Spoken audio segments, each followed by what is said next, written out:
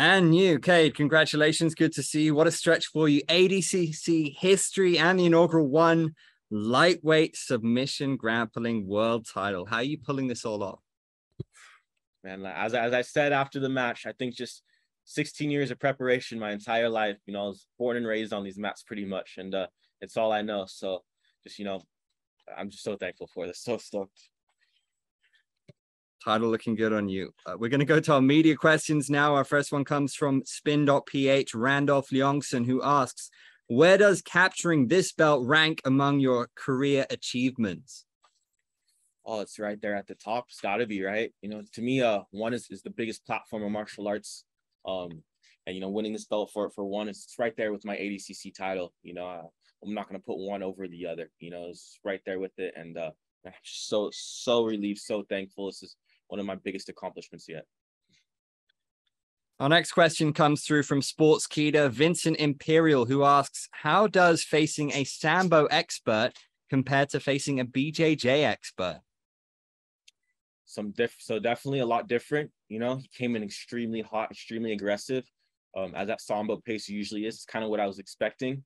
He caught me clean with a foot sweep in the beginning. I got to give him props for that. It was a beautiful foot sweep. And, I definitely would like to have shown my wrestling a bit more. I think I might have got one more takedown in there, but it was an amazing match. And I'm so thankful for Uali to taking it.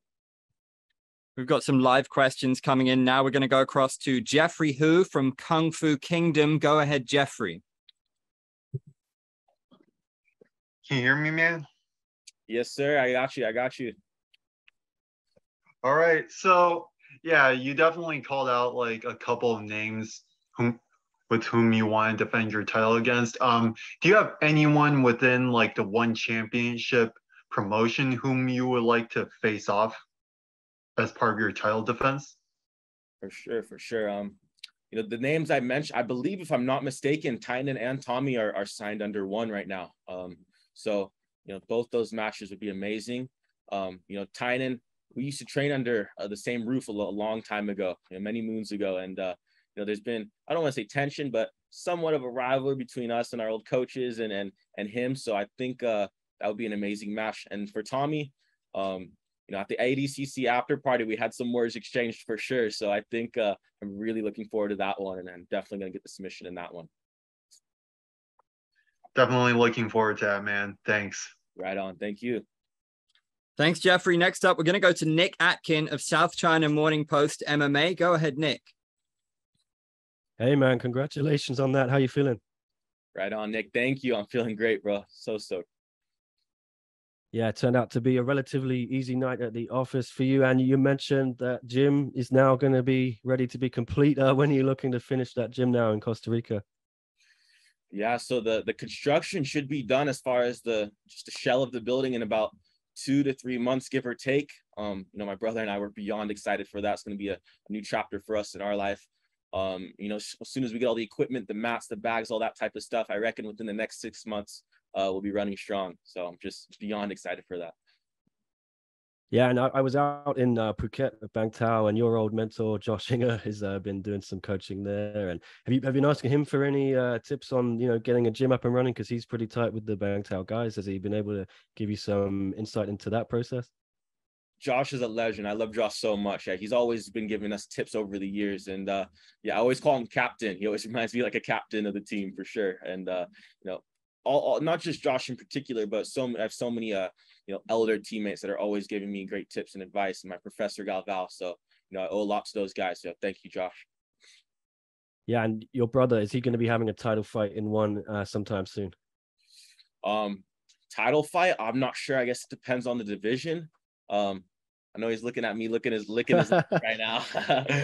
He's definitely got a possible matchup in December. We hopefully both get on that same card if can, and who knows, if we both get some wins, it'd be pretty crazy to see him challenging me for this. We fought twice before, and technically he has 2 wins over me, so I definitely need to get that one back. Are you still interested in MMA as well, you guys? I think you both mentioned after your debuts in one, you were thinking about that. Is that something on the table now still? Guaranteed. I've been working it a bit more. I kind of had to hit the brakes just for a little bit. I had that huge ADCC tournament, and then now this. But I'm gonna continue working these hands, and my goal is, early next year to start mixing it up and have that MMA debut. So beyond ecstatic for that as well. Just one more, if I could. We saw quietly that a very famous guy in your sport, Gordon Ryan, he sort of didn't actually ever get to fight in one or grapple in one. He had signed with one, but it seems that he's now left one. Disappointed to see him go. Do you have anything to say about that? To be honest, I don't know why he would ever want to leave the production. It doesn't really make too much sense to me. Maybe he was scared of a test or something like that. I'm not 100% sure. He's looking pretty big nowadays, but I guess everyone's got, their own personal things going on. Who knows? Yeah, and I spoke to Mikey before his matchup last month, and he said he was really rooting for you at ADCC. Happy to see you win the belt there, because he said a lot of the guys maybe are on something there, but he had respect for you, that you do it the right way. Is that nice to hear words like that from him? Oh yeah, it's amazing. I'm super thankful to Mikey for saying that. That means a lot, and in a sport where, especially jiu-jitsu, I feel like more than any other sport probably in the world, it's like ran by steroids pretty much, right? There's been almost no testing in all of jiu-jitsu, and everyone since the beginning of time, since I've been in it, just pretty much been roided to the gills, and so it's really cool to try to set it a difference. And I think the only way we'll ever kind of see any changes is more natural athletes coming out there and speaking out on it. So Mikey, other natural athletes like Roberto, my brother, and I think hopefully it could carry the wave. Yeah, one's got this new drug testing partner as well. Are you happy to see that process? And is it something you think is improving the sport or can make it improve? For sure. Athletes, I think the more testing, the better. There couldn't be enough testing, and guys are, there are always going to be guys kind of getting around it, doing things to maybe, try to find the edge, but just hard work over the years and technique will always get you through. So, just keeping that same mindset, and I think that's the way. All right, man. Thanks so much. Enjoy the night in Kuala Lumpur. Cheers. Right on, brother. Thank you. Nice one, Nick. Next, we're going to go across to Kyle Siegel of the Going Live Network. Kyle, you're up. Hey, Kade. This is Kyle from the Going Live Network, man. Congrats. Double champ. I watched you at ADCC.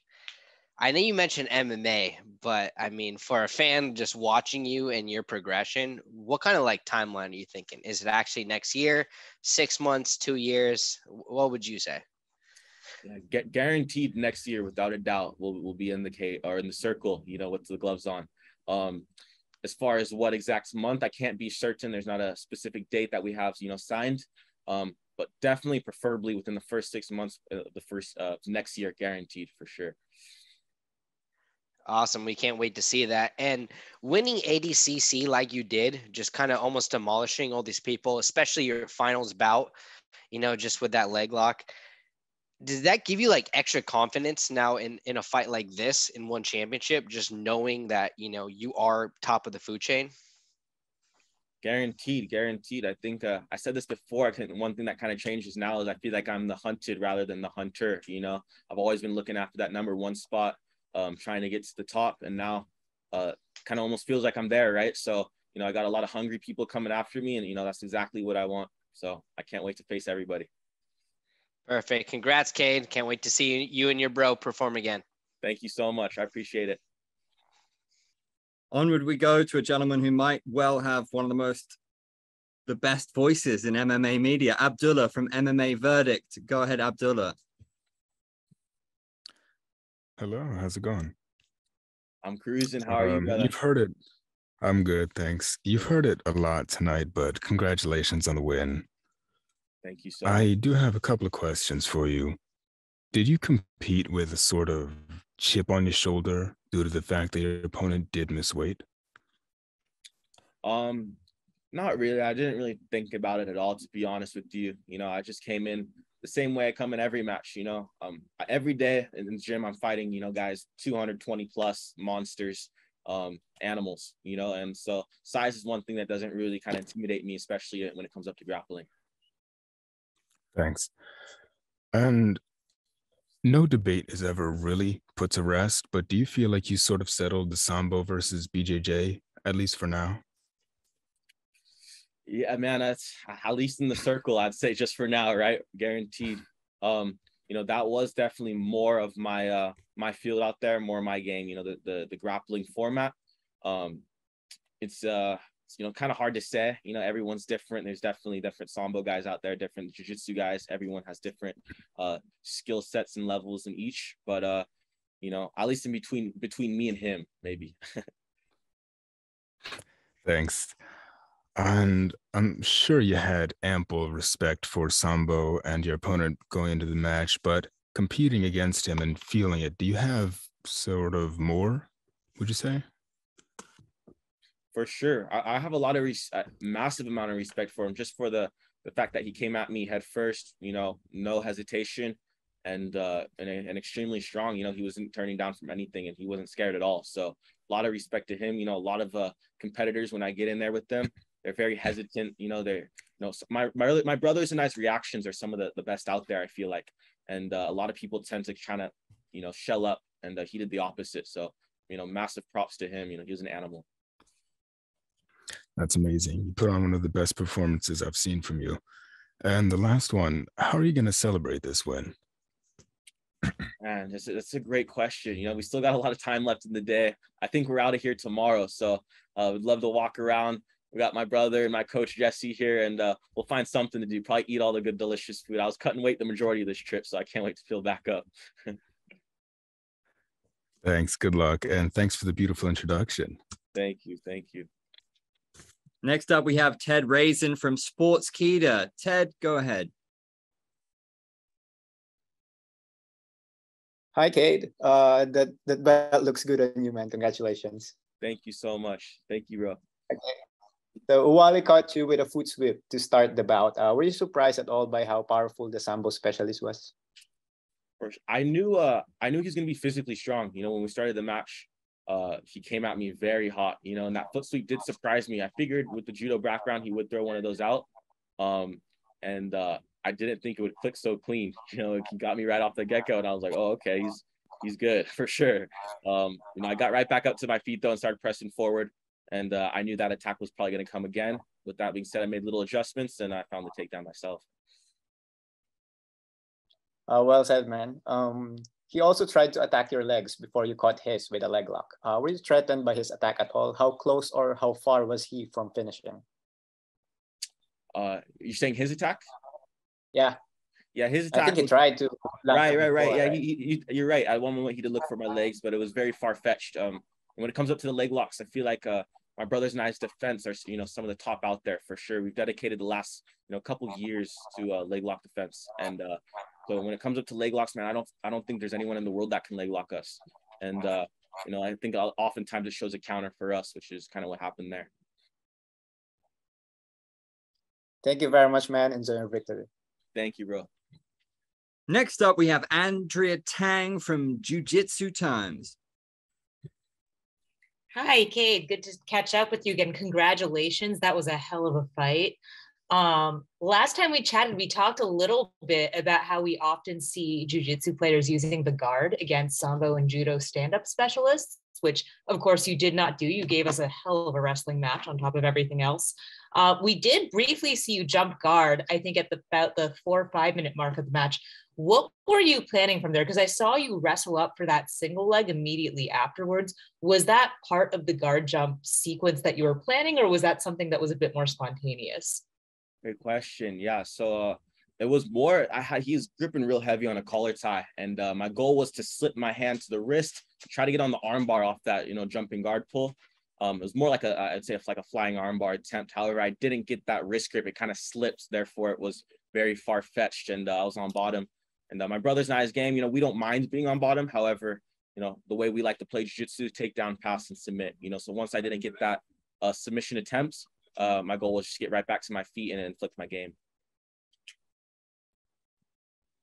Awesome. And you did exactly that. One more question, if you don't mind. You mentioned earlier in response to one of the other reporters that you and fellow ADCC alum Tommy Langacker had some words at the after party, which resulted in that call out on the canvas. Anything that you'd be willing to publicly share with us, or is that under wraps? Yeah, it was nothing too crazy, nothing too personal. It was like, afterwards, there was talks about maybe, I think this match, becoming with me and Tommy, something happens. And at the after party, he was like, "Yeah, where are we gonna go?" I think we were all a bit woozy. It was a bit of a crazy night, but it was no hard foul or no foul play really. It was just it was cool, but at the same time came at me with an interesting energy, I'd say, and so it kind of fired me up to have a match with them. Well, I'm sure that'll be a great show. Thank you so much. Guaranteed. Thank you. Thanks, Andrea. Jay Anderson is with us now from Cage Side Press. Go ahead, Jay. Hey, thanks very much. Congrats on the win tonight. You were very blunt in your assessment of performance-enhancing drug use in grappling, and I'm kind of curious if it's kind of a feather in your cap to be getting wins over guys that are taking that advantage of you. Absolutely, 100%. That's honestly, I feel like at the end of the day, that's almost what my brother and I pride ourselves most on. Obviously the wins are great, the belts are great, all the accolades are amazing, but at the end of the day, I almost feel like we're out there trying to, for the bigger picture, just trying to show some change in the sport. Because like I said, I really believe 99% of athletes in jiu-jitsu are on some sort of performance enhancing drug. So yeah, man, that's obviously one of the biggest things for us, for sure. And how satisfying is it to have a promotion like one who keep branching out into these single discipline martial arts to give you that platform for BJJ and put some real money behind it, like we see with the bonus tonight? Oh, it's huge. It's so massive for jiu-jitsu. It's motivating for just the athletes, right? There's been jiu-jitsu was kind of stuck in this rut for a long time where, say Worlds, for example, guys train all year as hard as they can. They'd get to the tournament. When they finally get there, maybe they have 8 tough fights, they make it to the final, they win, and then, they're almost losing money, right? The hotel, the flight, things like that. And, brands like One and they're just giving so much more motivation to the athletes. Who's not going to win a $50,000 bonus, right? So every time I step on those mats, my goal is to put them out as quick as I can and hopefully get that paycheck.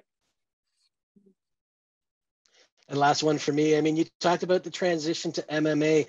We don't see a lot of guys dominate in MMA based off single discipline skills anymore, but do you feel that you have the ability with your level of jiu-jitsu to make an immediate impact, or do you think it might be a longer road to becoming a more well-rounded mixed martial artist? That's a great question. Yeah, I believe, I've been training jiu-jitsu my entire life. Obviously, that's my strong suit. However, I do love striking. It's not like I'm just now picking it up. I've over the years, striking. When I think we were about 12 years old, we were training a bit of Muay Thai for like a couple of years, and so I have a bit in me. It's not like I'm completely new to the game, and I'm falling in love with it every day. It's very new to me. You know what I mean? And jiu-jitsu, not that I don't love it, of course, but it's like I've been doing it my entire life. So I'm learning every day, and it's refreshing. So I'm just going to keep refining my skills. And I do believe the second I step in that circle, I'm going to make some big waves for sure.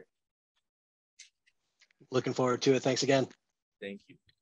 Thanks, Jay. We're going to go across now to Sean Sheehan of Sherdog. Go ahead, Sean. Hey, kid, how are you? I just want to ask you, a few people have asked about transitioning to MMA. Did tonight feel a little bit like an MMA match? It was very rough. I saw you got a hand in the throat and a few pulls down to the head and things like that. Is it a matchup like tonight actually a very good preparation for MMA? Yeah, for sure. I'd say a bit. Yeah, it's obviously, completely different. We still got the kicks, knees, all that type of stuff, elbows. He came at me hot, he came at me rough, and it wasn't intimidating too much to me at all.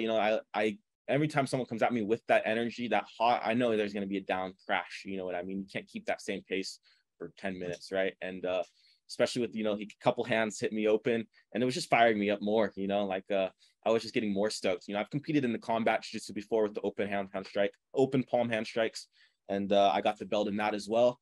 So, I'm definitely no stranger to, some open hand slaps or anything like that. It didn't really bother me at all. If anything, it fired me up more. But yeah, I think a little bit for sure helped. Thanks very much. Thanks, Sean. Kate, it's fascinating hearing you talking about striking and about MMA. We've had some belters on the card tonight. Is there anybody whose style you kind of look up to or admire? And is there anyone out there in the MMA divisions who you would like to face one day?